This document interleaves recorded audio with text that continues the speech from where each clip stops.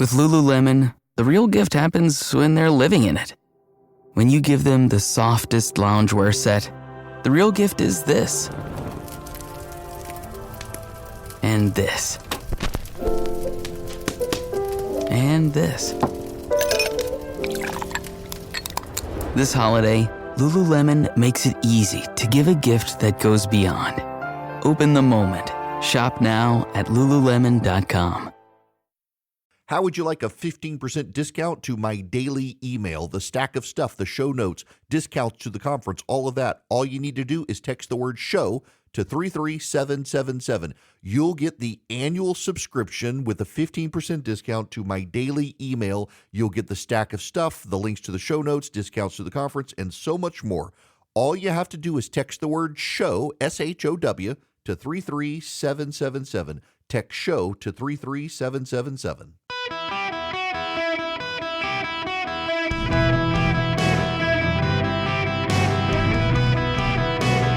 Welcome to the Eric Erickson Show podcast, Hour 3. Hello, America. Welcome. It is Eric Erickson here across the nation. The phone number is 877-973-7425 if you want to be on the program.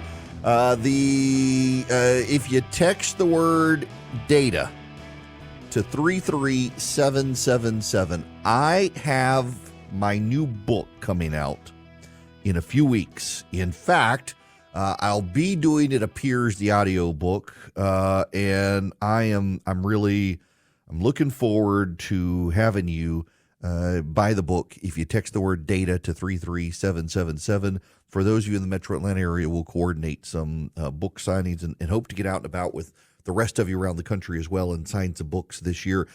Also, speaking of the Metro Atlanta area, those of you listening on my flagship station, WSB, you should be advised that I'll be with you a very, very long time tomorrow, Thursday, and Friday. EVH is out, and so I will be on the radio from noon to 7. Fun times. I'll at least have an hour break to go grab a quick bite at 3 o'clock. But yeah, long 3 days, and then I'm going to be out next week taking my kid on her graduation/birthday trip. Now, all right, I want to, where is this story? I had it. Where did I put it? Come on, here you are, a professional. Yes, here we go. One of the things that pollsters in America, and we're not really talking about pollsters per se, but they're the ones who've been picking up the data on this for some time, and they're having a hard time dealing. They're having a real hard time dealing with, frankly, reality. And they're having a hard time dealing with their sense of things not necessarily aligning with the way the world actually is. The Atlantic is an interesting kind of view into this mindset. They're running a piece essentially on why isn't Donald Trump, or why isn't Joe Biden doing a better job? Joe Biden, this is from Annie Lowry. Joe Biden is at the moment losing his reelection campaign, and he's doing so while presiding over the strongest economy the United States has ever experienced. The jobless rate is below 4%.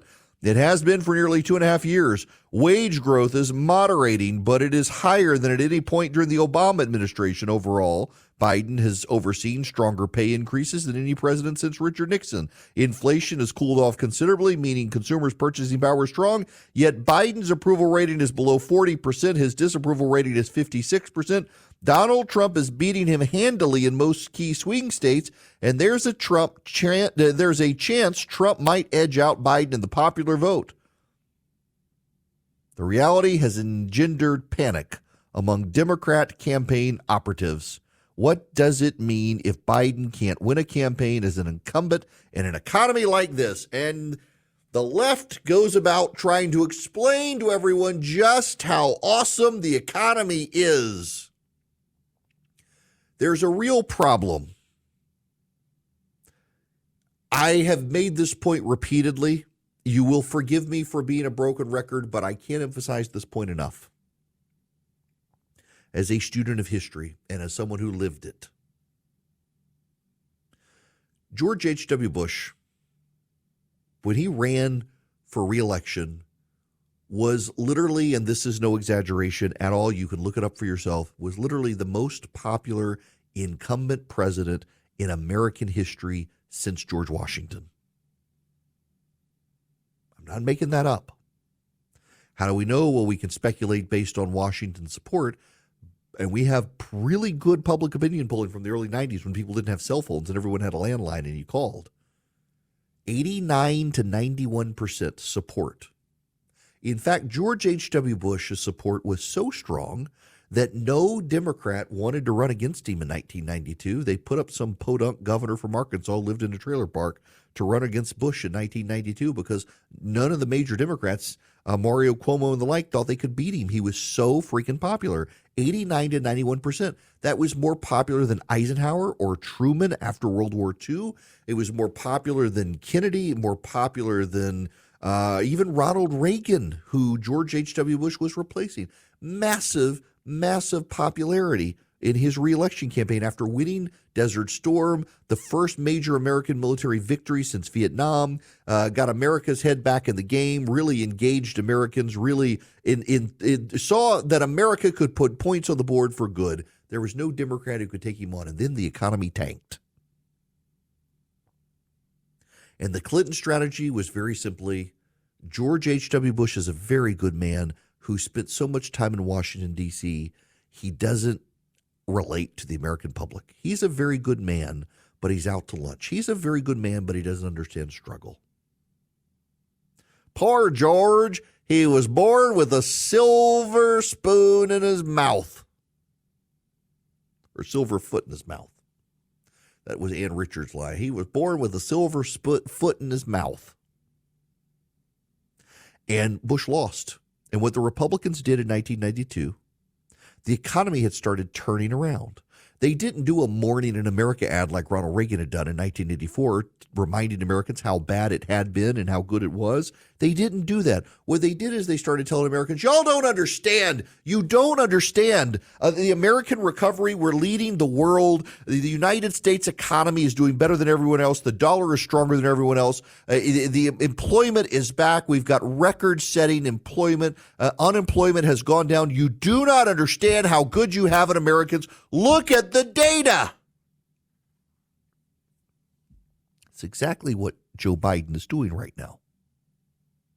Lecturing Americans that you don't know what time it is. You don't know how good you have it. You don't know that things you think are bad really aren't bad.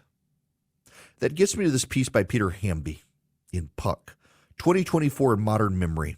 It's polling they've done with Echelon Insights. Lee Atwater had a rule of thumb about campaigns and public opinion. The truth is whatever people believe it is. Atwater, Reagan and Bush's sharp-elbowed evangelist for the power of paid media, wanted that to be true back when he was buying radio spots and bombarding voters with direct mail. But the adage feels even more profound today in a world defined by algorithms, identity politics, and choose-your-own-adventure maze of partisan media. A new poll this week from Puck and Echelon Insights confirms that a lot of voters right now are simply choosing to believe what they want to believe on issues like crime, the economy, and the legal perils facing Donald Trump. Maybe these voters are underinformed, maybe they're partisan, or maybe they've tuned out and are just telling pollsters what they think they want to hear. Whatever the case, a string of recent polls reveals the frustrating gap between perception and reality, and it's a big reason Biden could lose. For example, likely voters now remember the Trump administration more fondly than they did when he left office. Now, forget the data, forget the percentage point. Here's the bottom line. Every poll shows this. Every poll shows this. Remember my conversation with Brett Buchanan, the pollster. When all the polls show the same trend, you can believe the trend is probably true. That means a lot of voters have changed their minds about his presidency in the last 3.5 years. He was averaging a 38% job approval when he left office and never had an approval rating over 45%. And now most polls show him at 49 to 52% in popularity for his administration. Even though federal and city level data shows violent crime has been trending downward, 59% of likely voters and 52% of independents say violent crime rates are much higher or somewhat higher than they were 4 years ago. Yes, some cities are exceptions to the downward trend in violence, and some nonviolent crimes like car thefts and property crime are up. But it's clear a majority of Americans believe Trump's message that violent crime has skyrocketed in virtually every American city under Biden's watch is true. By the way, there are also lots of scary anecdotes of illegal aliens killing people in America, like Laken Riley, or the smash and grab robberies that are covered by the local news. And then there's Trump's criminal trial in New York, a source of confusion for voters. Asked if voters had heard or read anything about Trump's hush money trial in New York, 85% of voters said they heard a lot or some of the news about it. Probably not surprising given the coverage of it. At the same time, most Americans are apparently having a hard time sorting through the noise, a dynamic reminiscent of the Trump presidency when the constant din of outrage in the media seemed to blur together. Only 45% of the voters who have heard at least some of the news about the trial were able to correctly identify the legal arguments, falsifying business records. A majority of these voters instead said they were uncertain about the specific charge or incorrectly identified them as tax evasion or obstruction of justice. And what's more, the case appears to be having little effect on electoral prerogatives. A large majority of voters said the case had done little or nothing to change their opinion of Trump. Now, the Echelon poll asked voters which of Biden's economic messages they've heard and which were the most effective. The most resonant was Biden's record on jobs. More people are working than at any point in history, and the unemployment rate is at a historic low, 3.5%. Most voters said they heard some version of this message, and 42% said it was somewhat or very effective. After that was the bipartisan infrastructure law, named by 36% of voters as very or somewhat effective talking point from Biden. But two of Biden's biggest accomplishments remain little known: gun control legislation after the Uvalde shooting, and the CHIPS and Science Act to boost manufacturing and semiconductor capacity. Unfortunately for the president, when voters think about the economy, they keep coming back to inflation. Biden's most ineffective message, the argument that the Inflation Reduction Act has lived up to its name, lowered the cost of everyday expenses, and everyone surveyed has heard of the bill, but 50% called the message ineffective. With respect to Peter Hamby and his reporting, this has nothing to do with perception and everything to do with truth. You know, a lot of local communities have just stopped reporting crimes into the FBI database because the FBI database is incompatible with the way statistics are kept. They've changed how you report, and a lot of local governments have given up. And also, there's a lot of local crimes that aren't even pursued anymore. So, yeah, it actually is true. Murder is down around the country, except in some places. Shootings are down, except in places like Washington, D.C. But a lot of robberies are no longer reported. Thefts are no longer reported. Shopliftings are no longer reported. Carjackings are up. Burglaries are up. Property crimes have increased around the country. The joblessness, it looks great, except what Joe Biden is doing is essentially taking credit for people going to work after COVID. After all the people went out of business or went out of work in COVID, they've come back, and Joe Biden's trying to claim that as some sort of success. And beyond that, Joe Biden has also presided over terrible inflation, and he's tried to blame Donald Trump for it. Y'all, people are stupid, and people are voters. So the stupid vote. But also, the American people as a whole and individually, they know where they're being played. The American people understand when things aren't good. And they resent like hell when a presidential administration that spends more time in Delaware than Donald Trump spent at Mar-a-Lago tries to tell them everything's A-okay. They don't feel it. They don't feel it in their community. They don't feel it in their checkbook. They don't feel it when they go to the grocery store. And story after story from the American media, including the Wall Street Journal, the New York Times, and elsewhere, shows how much more you got to spend to buy the same groceries today. And the Biden administration, all they can do is lecture you and tell you it's really not that bad. That doesn't reassure American voters. They really genuinely believe that the Biden administration must be out to lunch if they can't tell the truth about what's happening in the economy, if they can't empathize with people. Remember, bottom line here, Joe Biden came into office and said Donald Trump's a jerk who can't even empathize with the American people. I do. And then he came into office. He let the Taliban take back Afghanistan. He lectured the families of the dead and looked at his watch while he was there. And he's been lecturing Americans ever since that you just don't know how good you have it. You should be grateful and thank me. And that has burned bridges with the American public. And the problem for the Democrats is that the American memory lasts. This episode is brought to you by Amazon. The holidays are here, and you know what that means. It's time to get your friends and family the gifts they deserve. Take the stress out of shopping with Amazon's great deals and low prices on a huge range of items from toys to tech and much more. Whoever you're gifting for, Amazon has great prices on everything you need this holiday season. Shop Amazon for all your gifting needs. Those of you on the phones, be patient with me. I do intend to get to your phone calls. I just have a short segment here. The phone number for the rest of you is 877-973-7425. I'm assuming you're familiar with the Knights of Columbus, a great Catholic organization. Since the 1960s, they have held a Memorial Day Mass at the Poplar Grove National Cemetery in Virginia, in Petersburg, Virginia. Since the 1960s, every Memorial Day, they've held a Mass.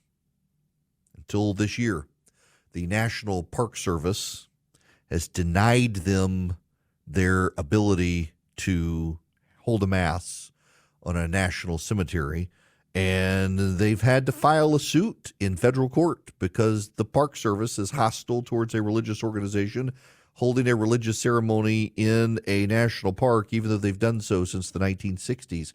This is Joe Biden's National Park Service doing this.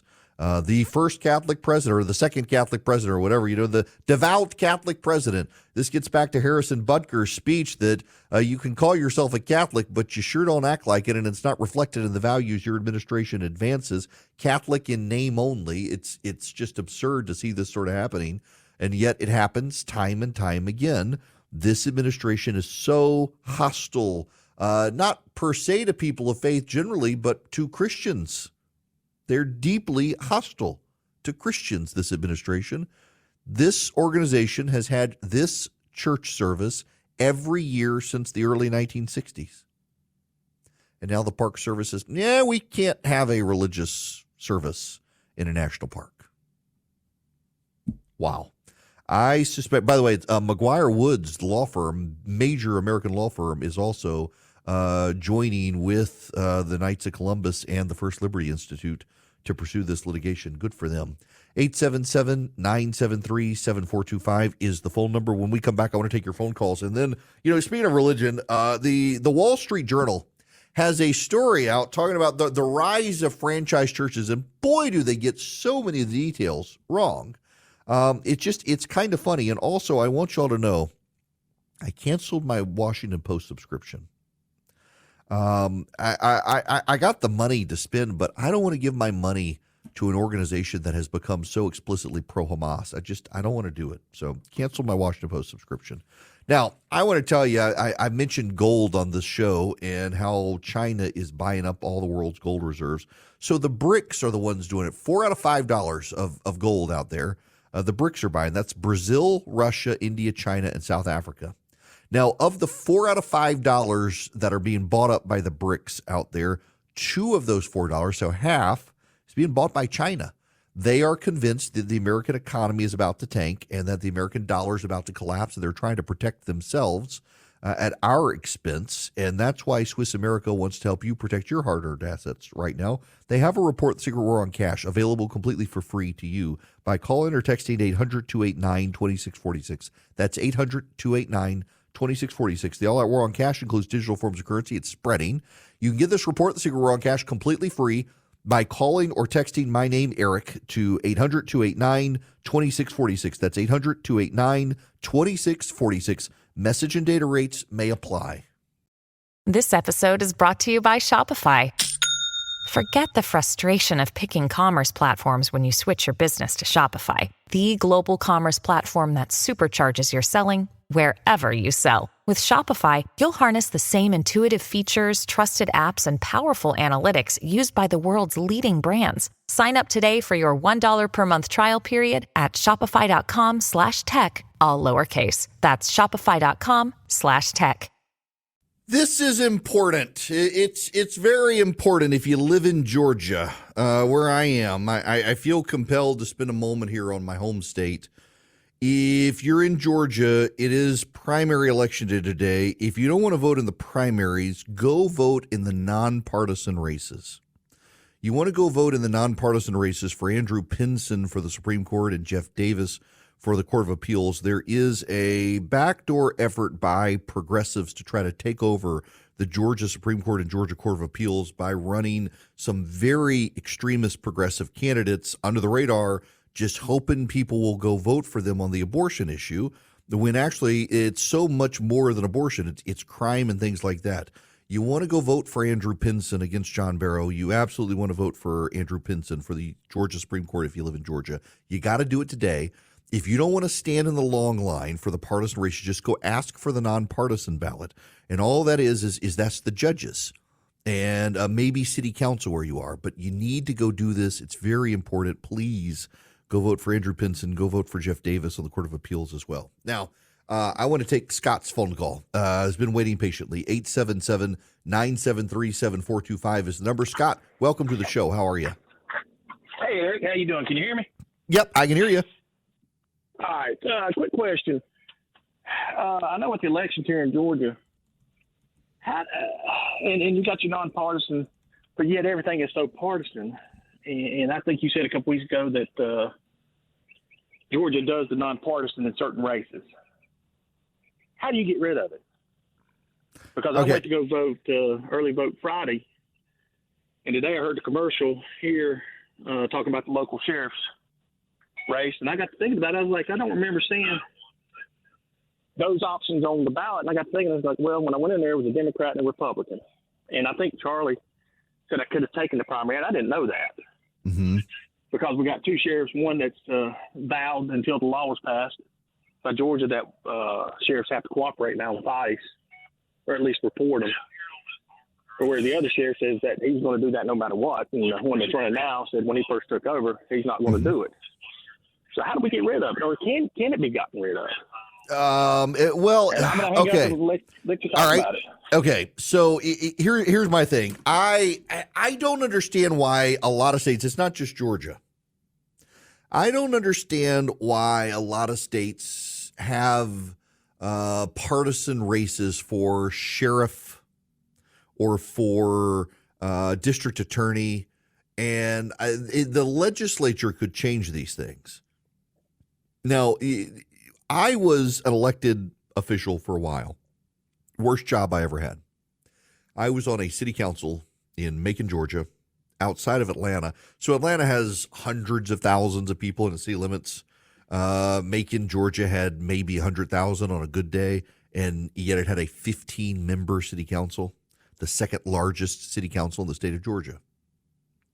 It also was the only partisan city council in the state of Georgia.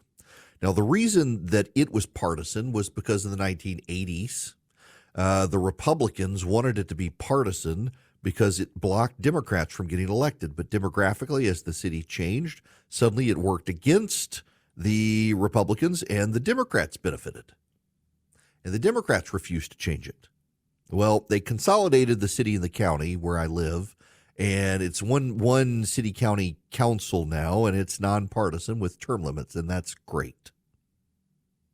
But I've never understood the partisan position on trash collection. There's a philosophical position. There's a progressive, a conservative position. Do you privatize or not? But what is the partisan position on running the jail? That's the sheriff's jobs. What's the partisan position? There's a philosophical. Is this person liberal? Is this person conservative? Same with DA. Liberal or conservative matters. Democrat or Republican really doesn't. Democrats and Republicans both run as anti-crime. So what does the partisan position really matter? And then what happens, for example, I am today having to go vote in a Democratic primary. I don't necessarily want to vote in the Democratic primary. I got friends who are in contested races on the Republican ballot. And I'd like to go vote for my friends who are in contested races on the Republican ballot.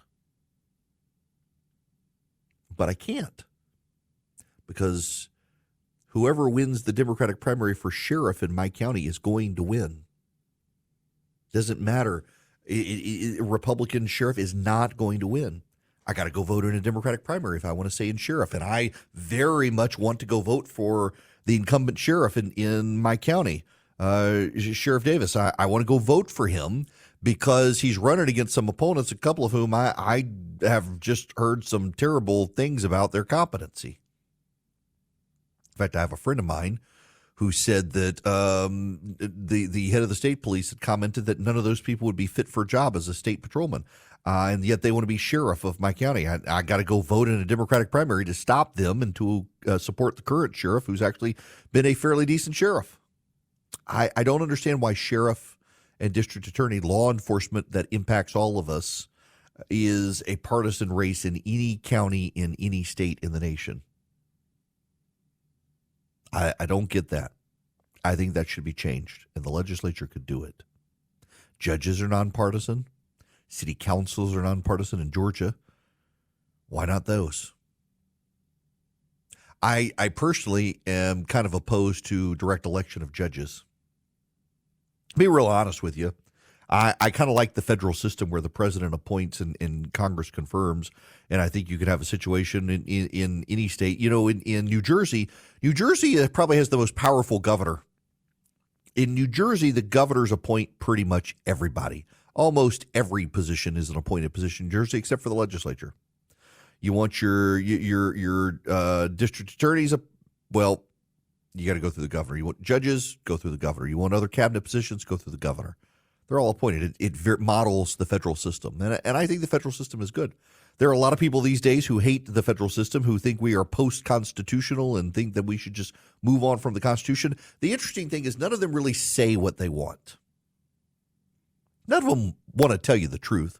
A lot of these people on the left and the right who think we are in a post-constitutional order, they want a dictatorship of their side. I got a lot of problems with this for a lot of reasons, philosophical and otherwise. I have problems with the idea of some sort of dictatorship in this country or what have you, in addition to the constitutional issues. There's this growing idea on the right that we're in a post-constitutional order. We need a dictatorship. Then they don't want to say dictatorship, but that's what they mean. We need to grab power and hold power. Well, there's no such thing as a permanent majority in the United States. So the only way to grab power and hold it is a dictatorship. And they don't really want to say that part out loud, although some of them are increasingly comfortable saying it. People on the left want the same thing. They want an authoritarian. The left wants to change the rules to make sure no Republican can ever win again. It's the same thing, just through different sort of means. There's a problem for the right, though. Problem for the right is this. There are more people on the left than the right in this country. Y'all may not think so, but there are more center to center left people in this country than there are conservatives, particularly conservatives who want a dictatorship and think we're beyond the constitutional order. That's why this is so stupid. It's the online keyboard warriors. They can bang away at their keyboard. Respect my authority. I want a constitutional reform. I'm going to have a dictatorship, and we're going to put our common good in charge. You know, if you want the common good in charge, it's not going to be your common good. It's going to be drag queens for everyone and abortions for all your daughters. I don't know if y'all know this or not, but for all the people out there saying we're going to establish the common good and we're going to have a government that upholds the common good, have you seen what's been happening even in conservative states with these abortion referenda? Not exactly going your way, is it? And yet you think that somehow you can take power and hold power for the common good of the American people. You mind-numb morons think that somehow you're the ones who are going to be in charge. It's not you, but I'm the one with all the guns. Doesn't matter. They're the ones with the cities and the trade routes and the police departments and the money. Instead of trying to leave well enough alone, some of you morons out there, and some of them are listening right now, trust me, they are listening right now because I have become the object of scorn for these morons, and they're listening. They really believe that the people are on their side. No, they are not. They've really convinced themselves, like, you don't really believe that many people voted for Joe Biden, do you? No, they didn't vote for Joe Biden. They voted against Donald Trump. And now they're willing to vote for Donald Trump. If you just hold on and shut your mouths and get this idea out of your head about we're going to establish a common good dictatorship in the United States, we're post-constitutional and we're going to seize power and we're going to wield power from the left and we're going to do to them what they've done to us but worse, you're going to lose. You're going to lose because in your little echo chamber online where you bang away at your keyboard, you're in the majority. But in the real world, you're not. Look at the abortion referendum around the country. In conservative states, it hasn't gone conservative way.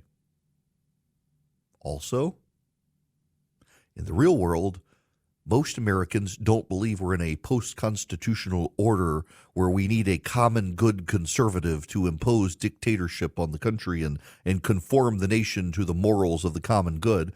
People can't even agree on a common good. My God, you know why there's a Second Baptist Church in town? Because half the congregation of the First Baptist Church got mad at the other half, went off and started the Second Baptist Church because they couldn't agree on the basics. And you really think that somehow we in this country are going to establish some sort of common good republic where the elites in Washington, D.C., who also went to Harvard, mind you, are going to somehow establish the common good for the American public, and we're all going to agree on what that common good looks like. No, you people are idiots.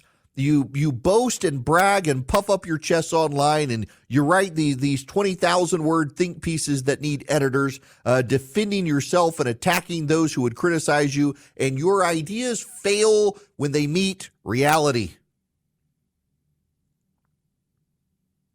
But you know the biggest reason they fail is not that there are actually more people on the other side than our side.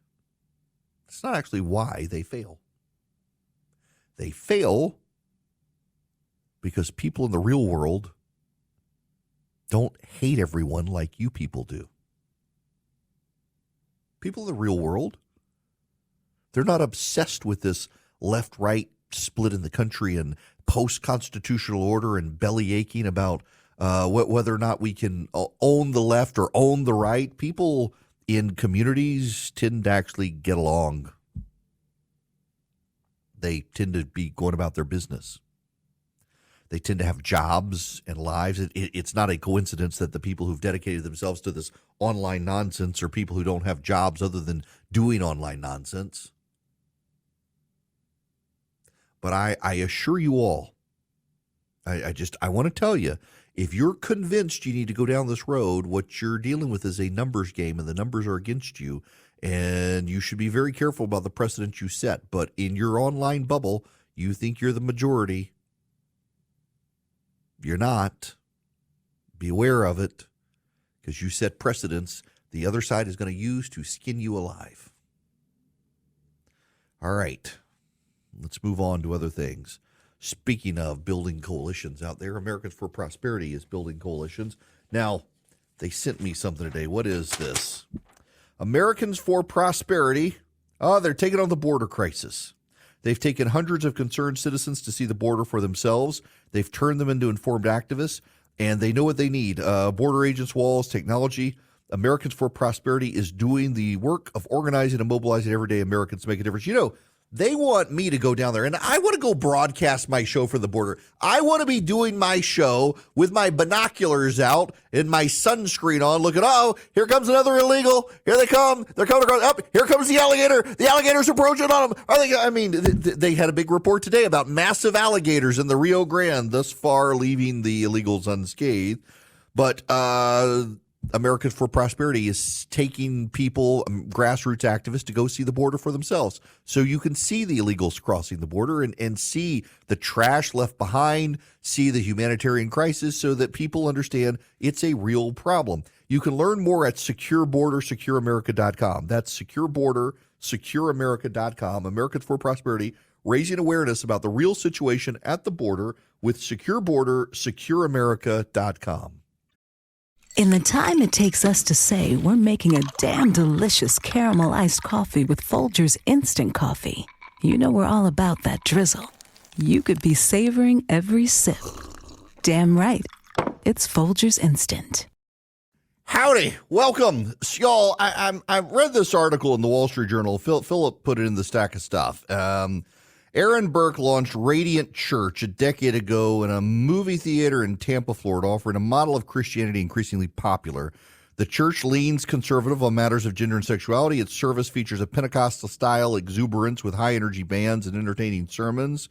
They drew fewer than 200 guests in the early days, now over 8,000 in 9 churches. Burke is a Pentecostal Assemblies of God pastor, and he raised funds, including $30,000 from the Association of Related Churches, a franchise-style church network known as ARC, which functions as a startup accelerator, providing money and mentoring in exchange for a continuing cut of church revenue that it invests in opening new churches. Now, there's not anything wrong with that necessarily.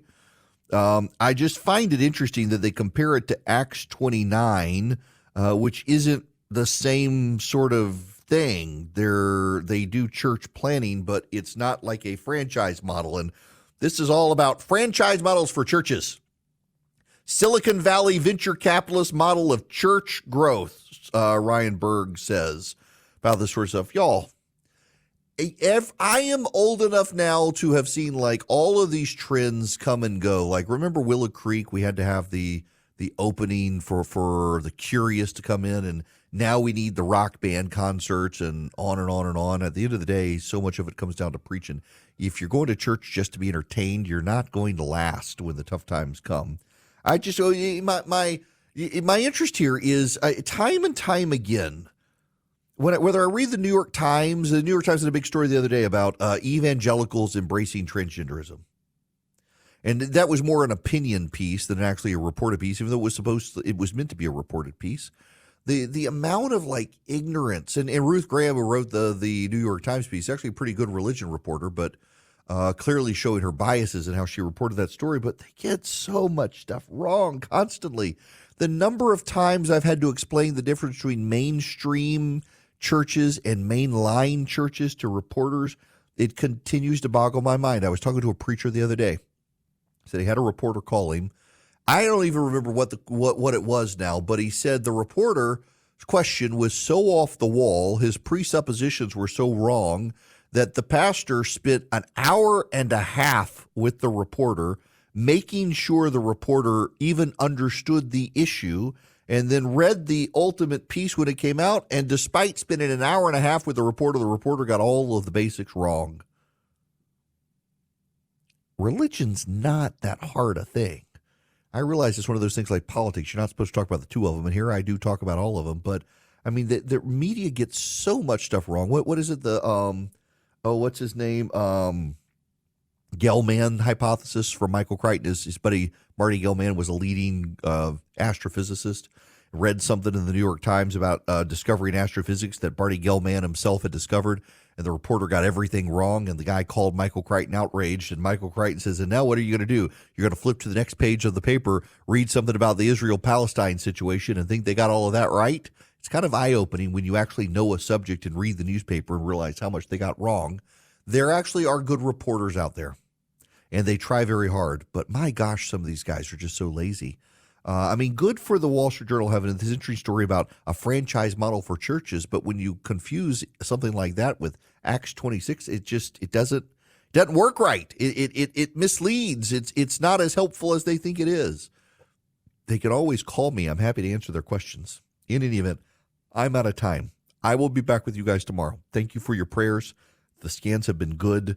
And I'll be with those of you on WSB tomorrow for like 7 hours. So I will see all of you then. Don't forget to vote in Georgia today.